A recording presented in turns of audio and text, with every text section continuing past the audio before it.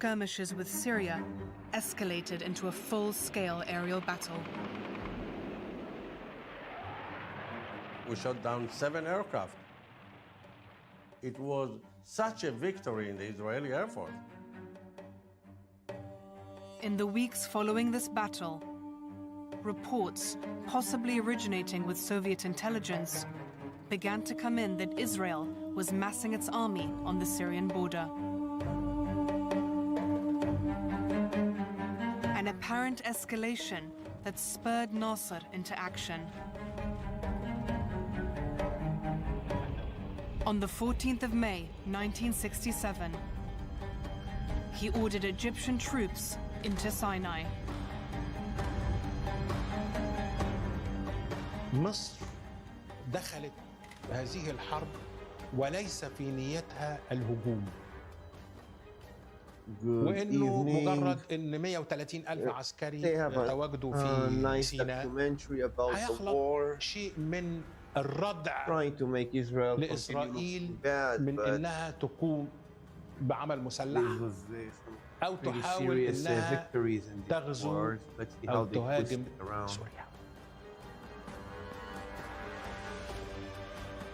But Nasser also saw an opportunity to try to roll back the gains Israel had secured following the 1956 war.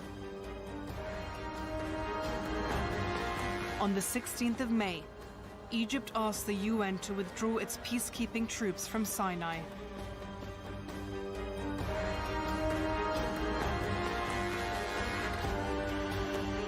A week later, Nasser announced the closing of the Tiran Strait to Israeli shipping.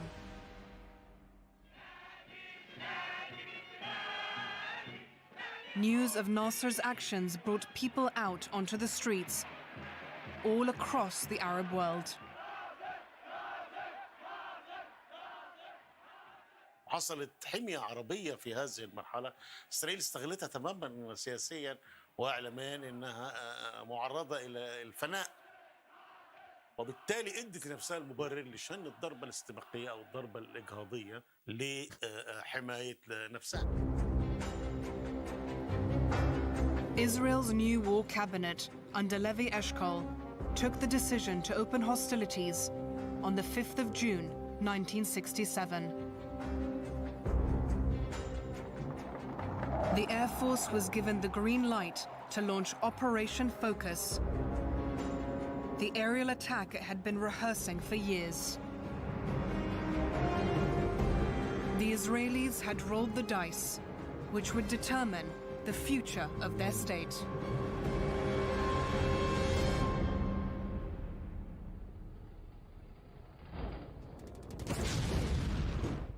South Korea's working population is dwindling, and foreign employees have become crucial to the country's economy.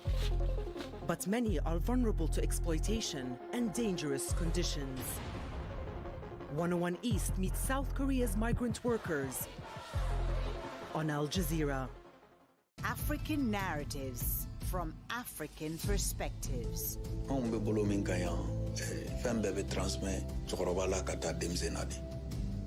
Short documentaries from African filmmakers from Mali and Gabon. Je suis une Africaine 100% Afrique de l'Ouest.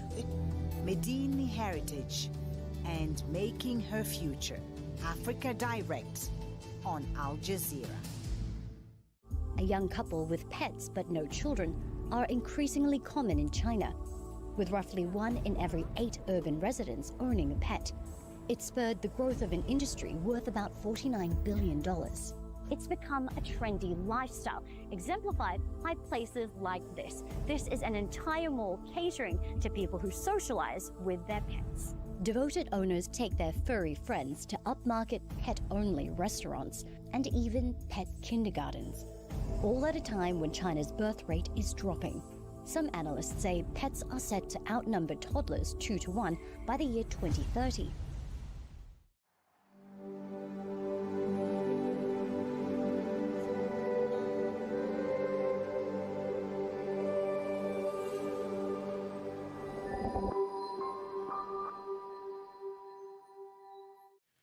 I'm Kerry Johnson in Doha. The top stories now on Al Jazeera.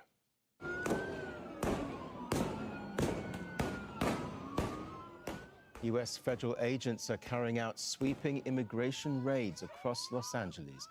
Masked officers in military-style uniforms have been seen carrying out arrests. The mayor has condemned the raids, describing them as tactics that sow terror. Our community is under attack and is being terrorized. These are workers. These are fathers. These are mothers. And this has to stop.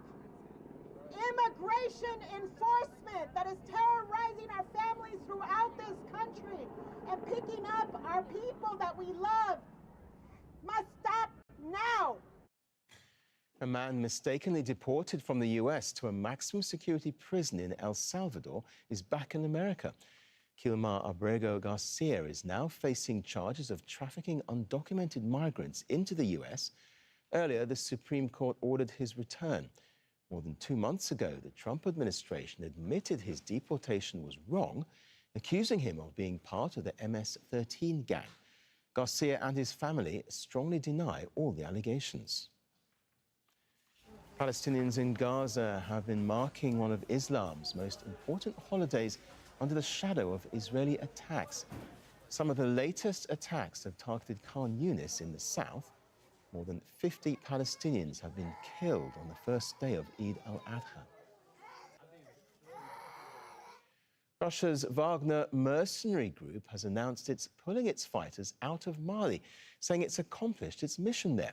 Well, Wagner has been in the West African nation for more than 3 years, battling various armed groups. It entered Mali as French and UN troops pulled out, increasing Russia's influence in the region. But even as Wagner exits, Moscow will still have influence. A Russian paramilitary group called the Africa Corps, under the umbrella of the Defense Ministry, will remain in Mali. The news continues here on Al Jazeera. That's after the war in June. Stay with us.